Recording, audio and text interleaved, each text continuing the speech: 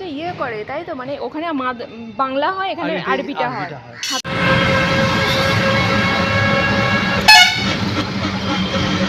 বাজে সকাল 9:30, আমি যাচ্ছি উচ্চ মাধ্যমিক পরীক্ষার সেন্টারে, সুলতানিয়া হাই মাদ্রাসাতে। ওখানে আমার কাজিনের এইচএস পরীক্ষার সিট পড়েছে, তো আমি একটু ওর সাথে দেখা করতে যাচ্ছি। পরিবেশটা খুব সুন্দর, সাথে আমার মনে পড়ে যাচ্ছে আমার পরীক্ষার সময়ের কথা। আমি যখন এইচএস দিয়েছিলাম তখন আমাদের 10টা থেকেই পরীক্ষা হয়েছিল, আর আমার সিট পড়েছিল আমার বাড়ির খুব কাছের একটা স্কুলে।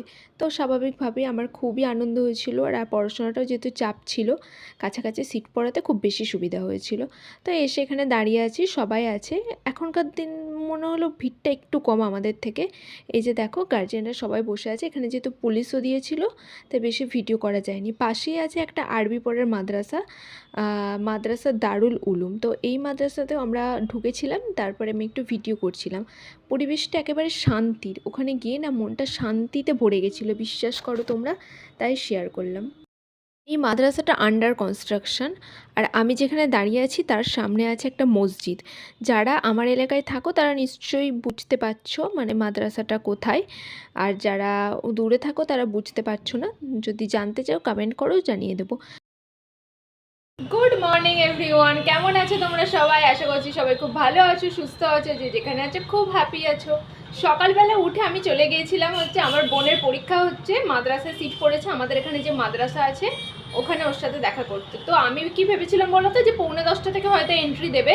তো গিয়ে ওর সাথে আর দেখাও হলো না, দেখলাম যে সমস্ত কাউকেই ঢুকিয়ে দিয়েছে। তো আমার তো মানে এই সমস্ত পরীক্ষাতে যেতে খুব ভালো লাগে, তাই সকালবেলা উঠে চলে গিয়েছিলাম। এখন এলাম, ব্রেকফাস্ট করলাম। আর ব্রেকফাস্টে আজকে তোমাদের সাথে শেয়ার করা হয়নি, আজকে ব্রেকফাস্টে ছিল পরোটা। তো সবাই কেমন আছে বলো? আমিও খুব ভালো আছি। সকালবেলা উঠে অন্যরকম একটা দিন কাটলো। সকালবেলা দেখবে কোথাও গেলে খুব ভালো লাগে। তো আজকের ব্লগটা এখানে থেকে স্টার্ট করছি, আশা করছি তোমাদের ভালো লাগবে। তোমরা কিন্তু পুরো ব্লগটা না টেনে দেখতে থাকো। চলো স্টার্ট করি। এক্সারসাইজ করলাম, এখন হচ্ছে ঘর ঝাড়ু দেবো। হাতে ঝাড়ু নিয়ে আমি রেডি হয়ে গেছি ঘর পরিষ্কার করে। আজকে আমার আর কোনো কাজ নেই, রান্না বান্না নেই। এখন আমি ঘর পরিষ্কার করে নিই। আর ওয়েদার ভীষণ মেঘলা, যেটা আমার খুবই খারাপ লাগছে। ঠান্ডা ঠান্ডা হাওয়া, সব মিলিয়ে অবস্থা একেবারে কাহিল। তারপর মোটা মোটা জামা কাপড় কাচা হয়েছে, সব কিছু নিয়ে অবস্থা খারাপ। তো চলো এখন আমি ঘরটা ঝাড়ু দিয়ে নিই। সকালবেলা যেখানেই যাই, যাদের বিয়ের পর সংসারে এসে কাজ করতেই হবে। একগাদা বাসন পড়েছিল, আমি বাসনগুলো মেজে নিচ্ছি।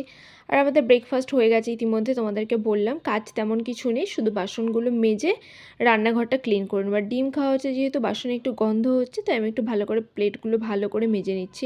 গ্লাস সমস্ত কিছু মেজে রাখছি, নাহলে ডিমের যা বিচ্ছিরি গন্ধ। আর সত্যি আমার না এই সমস্ত সেন্টারে গেলে না নিজের কথা খুব মনে পড়ে যায়। আমি পড়াশোনাটাকে ভীষণ ভালোবাসি বলে আমি একটু ইচ্ছাকৃত ওখানে গিয়েছিলাম। বেশ ভালো লাগছিল, ঘুরলাম, একটু দেখলাম, আমার সেই ইমোশনাল ফিলিংগুলো আসছিল। তারপর বাচ্চাদের মায়েদের বাবাদের কীরকম মুখের বা মনের পরিস্থিতি, সেই সমস্ত কিছু দেখছিলাম। মানে আমি তো ওগুলো কয়েকদিন আগেই পার করে এসেছি, তার জন্য ব্যাপারটা আমার কাছে খুব একটা অজানা নয়। এমনকি স্টুডেন্টদের কীরকম অনুভূতি হয়, সেই সব কিছু আমি নিজের সাথে রিলেট করতে পারছি। ওই জন্যই গিয়ে খুব ভালো লাগলো। মেনলি কাজকর্ম করে নিয়েছি, এখন স্নান হয়ে গেল, মুখে একটু টোনার ইউজ করে নিচ্ছি। আমি নিম টোনারটা ইউজ করি, যেটা আমার স্কিনকে খুব ভালোভাবে হাইড্রেট করে। দেখো, আমি তো সবসময় অয়েলি ব্যাপারটা পছন্দ করি, ওই জন্য এখন একটু হালকা গরম, তার সাথে আমি অয়েলি ক্রিমই ইউজ করছি, মানে একটু মাসাজ ক্রিম, যেটা আমার ভীষণ ফেভারিট। কিছু কিছু প্রোডাক্ট আছে যেটা আমার স্কিনে ম্যাজিকের মতো কাজ করে, তার মধ্যে এই প্রোডাক্টটা ইউজ করলে আমার স্কিনে অটোমেটিক্যালি একটা গ্লো চলে আসে, আমি নিজেও ফিল করতে পারি। আর অন্যান্য প্রোডাক্ট আমার ওইভাবে শ্যুট করে না, ওই জন্য এগুলোতেই আমি একদম নিজেকে আটকে রেখেছি, পুরো ম্যাজিক্যাল ট্রিটমেন্ট পাওয়া যায়। তারপর সন্ধ্যাবেলায় আমাদের নুন চিনি এরকম টুকটাক বাজার শেষ হয়ে গিয়েছিলো, যেগুলো তোমাদের দাদাভাই নিয়ে এলো। তো আমি এখন নুন চিনিগুলো ডিস্ট্রিবিউট করে নেব কন্টেনারে, কিছুটা রাখবো টেবিলে, একটা কন্টেনারে রাখবো, আর রান্নাঘরে তো লাগবেই। রান্নাঘরে সব জিনিসগুলো না ভীষণ চিটচিটে হয়ে যায়, যেহেতু আমার রান্নাঘরে চিমনি নেই, তার জন্য রান্নাঘরে ভালো জিনিস রেখেও আমি স্যাটিসফাইড হতে পারি না। তো নুনটা আমি পুরোটা ঢেলে নিলাম, তারপর এখন চিনিটা ঢেলে নেবো। এখানকার চিনিটা মোটামুটি বলে আমি চিনিটা অল্প করেই নিয়ে এসেছি, বেশি আনিনি আজকে। দিনে তো তেমন কিছু রান্নাবান্না করা হয়নি, তো রাতে ভাবছি একটু ডিমের তরকারি করি। তাই ডিমগুলো আমি সিদ্ধ করতেও দিয়ে দিয়েছিলাম, একটু নুন আর একটু হলুদ দিয়ে সিদ্ধ ডিমগুলো একটু জাস্ট সতে করে নেব। ডিমগুলো বেশি ভাজলে আবার ভালো লাগে না, আবার একবারে না ভাজলেও ভালো লাগে না। তার জন্য আমি বেশ একটা কমলা মতো কালার আসে ওটা দিয়ে ভেজে নিয়েছি। একদম ডিম আলুর ঝোল করব, আর পাশাপাশি আমি আলুটাও সিদ্ধ করে রেখেছি, নইলে কষাতে অনেক দেরি হয়ে যায়, ওটা আবার ভালো লাগছে না।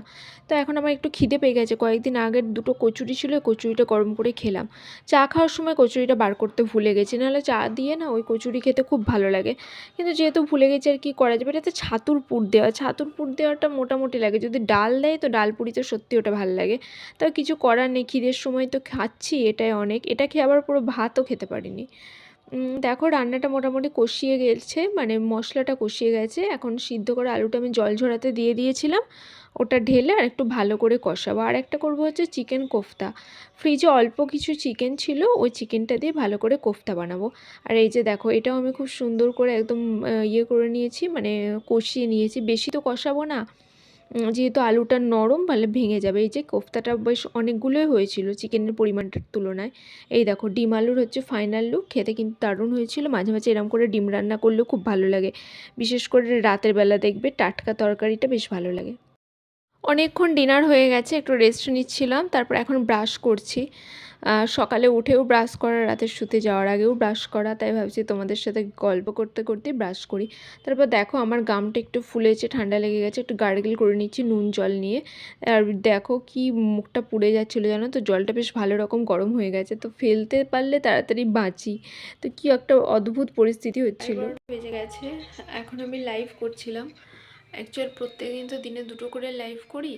তো আজকে সন্ধ্যাবেলা পাশের বাড়িতে একটা অনুষ্ঠান থাকার জন্য খুব জোরে জোরে মাইক বাজছিল, কোনোভাবে লাইভটা করতে পারিনি। তো যেহেতু লাইভটা করতে পারিনি, সেহেতু মনটা খচখচ করছিল। তাই ভাবলাম যত লেটই হোক একটু লাইভে তোমাদের সাথে গল্প করে যাই। একটা লাইভের মাধ্যমেই তো তোমাদের সাথে আমার কানেকশানটা বেশি মানে বেড়েছে। লাইভে আসার আগে তো আমি এতটা অ্যাক্টিভ ছিলাম না, যখন থেকে লাইভে তোমাদের রেসপন্স পেতে শুরু করলাম তখন থেকে আমার জন্য এটার প্রতি আরও ভালোবাসাটা বেড়ে গেল। তো এইভাবেই চালাচ্ছি। মানে লাইভে যদি তোমরা আরও বেশি বেশি রেসপন্স করো, আমার এনার্জিটা আরও হাই হয়ে যাবে। ভিডিওতে তোমাদের রেসপন্স নিয়ে আমি ভীষণভাবে হ্যাপি, কেননা যে তুলনায় আমি নিউ মানে ভিডিও শুরু করছি, সেই তুলনায় তোমরা আমাকে ভীষণ ভালো রেসপন্স করছো। তো লাইভের রেসপন্সটা আমার কিছুদিন যাবৎ একটু ডাউন হয়েছে, ওই নিয়ে একটু আপসেট আছি। তো আপসেট বলতে তেমন কিছু না, আশা করছি আবারও ঠিক হয়ে যাবে, তোমরা আবার ভালো করে রেসপন্স করবে, ভালোবাসা দেবে, এই আশাতেই ভরসাতেই চলছি। তো আজকে সারাদিন যতটা যেটুকু পেরেছি তোমাদের সাথে শেয়ার করেছি, জানি না কেমন হয়েছে। আশা করছি তোমাদের ভালো লাগবে, যেহেতু তোমরা আমাকে ভালোবাসো। তো চলো, এখন বাজে রাত 1টা, এখন ঘুমিয়ে পড়ি। আর আমার মাথা ব্যথা করছে অলরেডি। তা সত্ত্বেও ভিডিওটা ভাবছি তোমাদের সাথে, যেহেতু এন্ডিংয়ে কোনো কথা বললাম না তাই কথা বলিনি।